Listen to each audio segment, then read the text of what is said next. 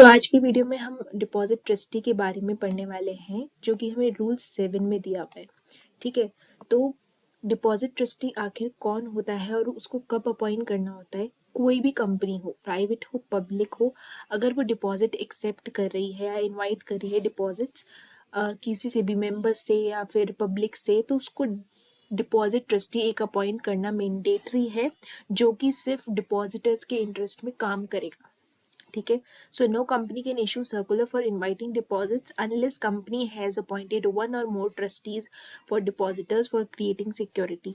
तो क्या है कि कोई भी कंपनी इनवाइट कर ही नहीं सकती डिपॉजिट्स, उससे पहले उसको डिपॉजिट ट्रस्टी एक अपॉइंट करना पड़ेगा। आप एक डिपॉजिट ट्रस्टी अपॉइंट कर सकते हो और आप एक से ज्यादा भी कर सकते हो।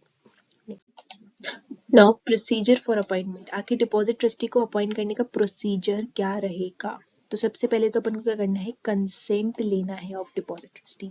अ consent shall be obtain from the deposit trustees before their appointment. अपन उसका अपॉइंटमेंट करेंगे उससे पहले उनका हमें कंसेंट चाहिए होता है। ठीक है, a statement shall appear in circular stating that trustees have given consent. जो अपन सर्कुलर करते हैं ना इशू, उसमें उसमें ना अपन को ये बताना है कि हाँ अपन ने ट्रस्टीज का जो भी कंसेंट है वो अपन ने ले लिया है। ठीक है, तो अपन को ये उधर बताना है। Company shall execute a deposit trust deed in DPT 2 at least 7 days before issuing circular. तो अपन ने जैसे अपन ने पढ़ा था कि अपन को एक सर्कुलर बनाना होता है जिसमें अपन को क्रेडिट रेटिंग और ये सब बताना होता है और फिर वो अपन आरओसी को भी फाइल करते हैं। तो उससे पहले, ठीक है, उस सर्कुलर को इशू करने से पहले पब्लिक को अपन को 7 days प्रायर क्या करना है, डिपॉजिट ट्रस्ट डीड एग्जीक्यूट करनी है, एक डिपॉजिट ट्रस्ट डीड बनानी है और उसको इन फॉर्म डीपीटी 2 में बनानी है। ठीक है, तो ये अपन को करना है। डिस्क्वालिफिकेशन ऑफ डिपॉजिट ट्रस्टी, तो डिस्क्वालिफिकेशन क्या है डिपॉजिट ट्रस्टी का, he should not be a direct, ये आखिर हो क्या रहा है, 1 second. Disqualification of deposit trustees, he should not be a यहाँ पे डायरेक्टर आएगा, डायरेक्टर केएमपी और एनी ऑफिसर और एम्प्लॉय ऑफ द कंपनी और इट्स होल्डिंग सब्सिडियरी और एसोसिएट। तो क्या है डिपॉजिट ट्रस्टी, ना ही कंपनी का, ना ही कंपनी की होल्डिंग का, ना ही कंपनी के एसोसिएट का, ना ही कंपनी की सब्सिडियरी का, ना ही तो की मैनेजर पर्सन में होना चाहिए, ना ही डायरेक्टर होना चाहिए, ना ही ऑफिसर होना चाहिए, ना ही एम्प्लॉय होना चाहिए। ठीक है, आई होप आपको पता होगा होल्डिंग सब्सिडियरी और एसोसिएट क्या होती है। He should not be related to any person mentioned in the above point, और उसका रिलेटिव भी ऐसा कुछ नहीं होना चाहिए। ठीक है, उसका रिलेटिव भी, वो खुद तो होना ही नहीं चाहिए, नहीं डायरेक्टर, नहीं केएमपी, नहीं ऑफिसर, नहीं एम्प्लॉय, पर उसका रिलेटिव भी नहीं होना चाहिए। ठीक है, he should not be indebted to the company or its subsidiary or its holding or its associate or a subsidiary of the holding।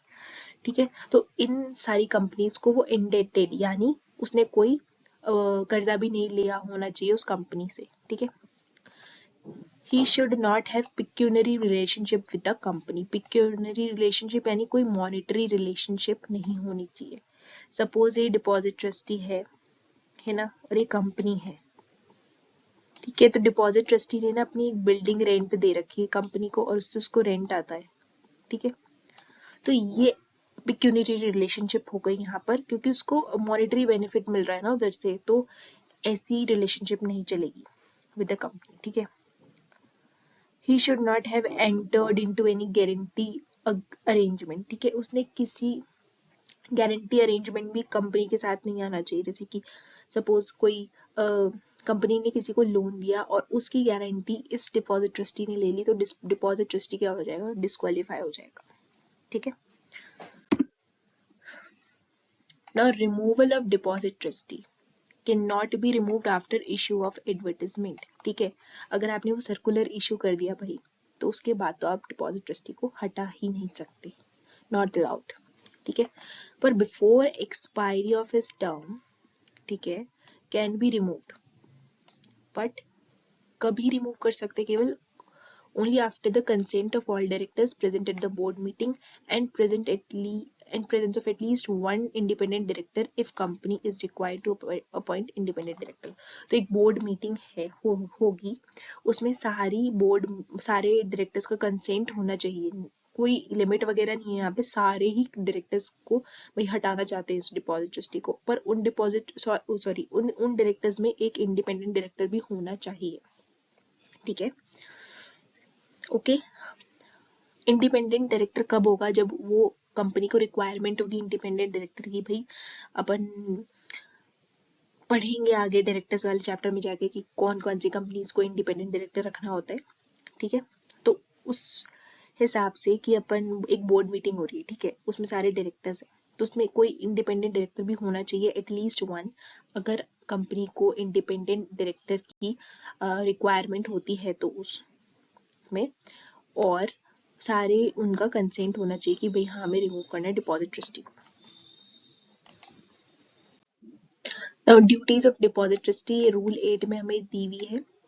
First क्या है? Ensure that the assets of the company are sufficient to cover the repayment of the principal payment of secured deposits. तो deposit trustee को क्या ensure करना है कि जो भी डिपॉजिट्स हैं जो कि सिक्योर्ड है, ठीक है, जिनके अगेंस्ट सिक्योरिटी क्रिएट हुई भी है on the assets of the company, वो सफिशिएंट तो है ना, कि भाई अगर कल को कंपनी रीपेमेंट नहीं कर पाती है तो उनको बेचकर जो कि है अपन डिपॉजिट्स का रीपेमेंट कर सकते हैं ना, ठीक है। Satisfy himself that the circular does not contain any information inconsistent with the terms of the deposit or trust deed and is in the compliance with the provisions of the act, ठीक है।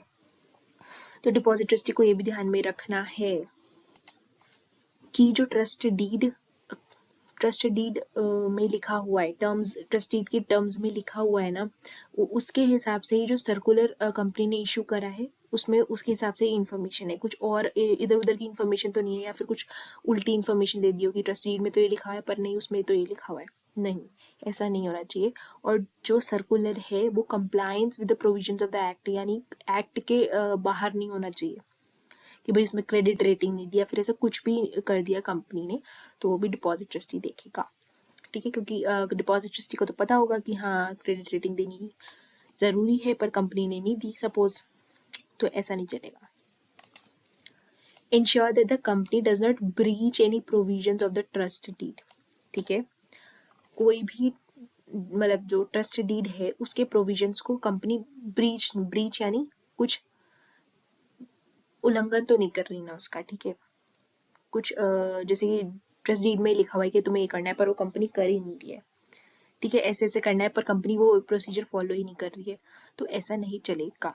तो deposit trustee को भी देखना है, take reasonable steps to procure a remedy for any breach of the trust deed, ठीक है, तो अगर कोई ब्रीच करती है कंपनी, ठीक है, तो उसके लिए रेमेडी यानी उसका सोल्यूशन वो डिपॉजिट ट्रस्टी देखेगा और रीजनेबल स्टेप्स लेगा, ठीक है, रीजनेबल स्टेप्स वो जो भी उसको सही लगेगा वो ले सकता है।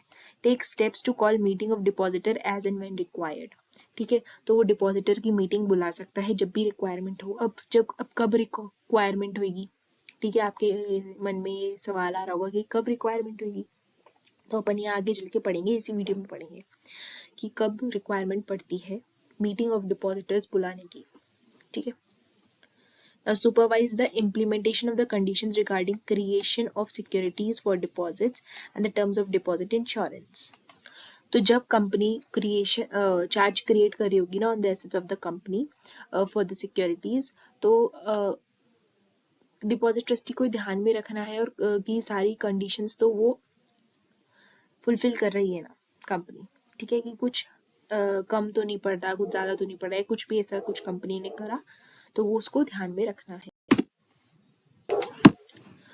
Do such acts as necessary in the event where security becomes enforceable, ठीक है, अगर हो जाता है सर चलो कंपनी नहीं कर पा रही है, कंपनी इंसॉल्वेंट हो गई या फिर कुछ भी हो गया तो कंपनी नहीं कर पा रही है डिपॉजिट्स का रीपेमेंट, तो क्या है सिक्योरिटी अब अपन को एनफोर्स हो जाएगी ना, सिक्योरिटी अब अपन को सिक्योरिटी के हिसाब से रीपेमेंट करना पड़ेगा, तो वो डिपॉजिट ट्रस्टी देखेगा, जो भी एक्ट्स नेसेसरी, जो भी स्टेप्स नेसेसरी होंगे वो लेगा, ठीक है। Carry out such acts as are necessary for the protection of the interest of the depositors ठीक है, एंड रिजॉल्व देयर ग्रीवियंसेस। उन डिपॉजिटर्स का कुछ भी ये डिपॉजिटर्स प्रॉब्लम फेस कर रहे हैं, फिर उनको कुछ भी क्वेरी है, तो वो डिपॉजिट ट्रस्टी क्या करेगा, तो क्या करेगा, वो उनके ग्रीवियंसेस को रिजॉल्व करेगा और वो डिपॉजिटर्स के प्रोटेक्शन के इंटरेस्ट में ही काम करेगा। ठीक है, तो ये डिपॉजिट ट्रस्टी का जो भी टॉपिक है ना, ये लर्न करने वाला है। इसमें समझने जैसा ऐसा कुछ नहीं है कि हाँ ये ड्यूटीज होती हैं, ऐसे वो अपॉइंट होता है, तो अपन को लर्न करना है सीधा सीधा इसको। ठीक है, now meeting of deposit trustee जो अपन को रूल 9 में दे रखी है, कब बुलाएंगे। मैंने बताया ना आपको कि ड्यूटीज में आया ट्रस्टी के कि वो डिपॉजिटर्स की मीटिंग बुला सकता है, तो कब बुला सकता है। ठीक है, trustee shall call a meeting of depositor on requisition in writing signed by at least 1/10 of the depositors in value, not in number. Here you need to note this thing कि वैल्यू बोला है यहाँ पे, not in number. तो जैसे suppose 1 lakh के अब हमारे डिपॉजिट्स हैं, तो उसकी 1/10 वैल्यू क्या आ जाएगी। जिन डिपॉजिटर्स के पास 10,000 मतलब 10,000 तक के वैल्यू वाले अगर डिपॉजिटर आ जाते हैं, लिख के दे देते हैं, ठीक है, कि हाँ हमें मीटिंग करनी है, तो हो जाएगी मीटिंग। ठीक है, समझ में आया। नॉट इन नंबर, यहाँ पे नंबर नहीं दे रखा है कि हाँ चलो डिपॉजिटर इतने हैं तो उनका 1/10 कर लेते हैं, नहीं। ठीक है, नेक्स्ट है for which in the opinion of the trustee affects the interest of depositors. ठीक है, अगर डिपॉजिट ट्रस्टी को लगता है कि यहाँ पे हाँ वायलेशन हो रहा है या फिर यहाँ पे खतरा है डिपॉजिटर्स को, तो वो अगर ऐसा उसको कुछ लगता है तो वो मीटिंग बुला सकता है खुद से। ठीक है, on default by the company ने डिफॉल्ट कर दिया भाई, डिपॉजिट का रीपेमेंट ही नहीं कर रही है या फिर कुछ भी डिफॉल्ट कर रही है, उसने कोई भी कंप्लायंसेस पूरे नहीं करे, तो डिपॉजिट ट्रस्टी तब भी बुला सकता है। तो यहीं पे अपना वीडियो खत्म होता है। अगर आपको वीडियो अच्छा लगा तो प्लीज़ वीडियो को लाइक करिए एंड चैनल को सब्सक्राइब करिए। एंड आप पूरे डिपॉजिट्स का मतलब 1 या 2 लेक्चर और लगेंगे बस अब, तो आप पूरा डिपॉजिट्स यहाँ से अपन रिवाइज कर सकते हैं इस चैनल पे से। यहाँ पे प्लेलिस्ट बनी हुई है, you can access the full series of the lecture from there.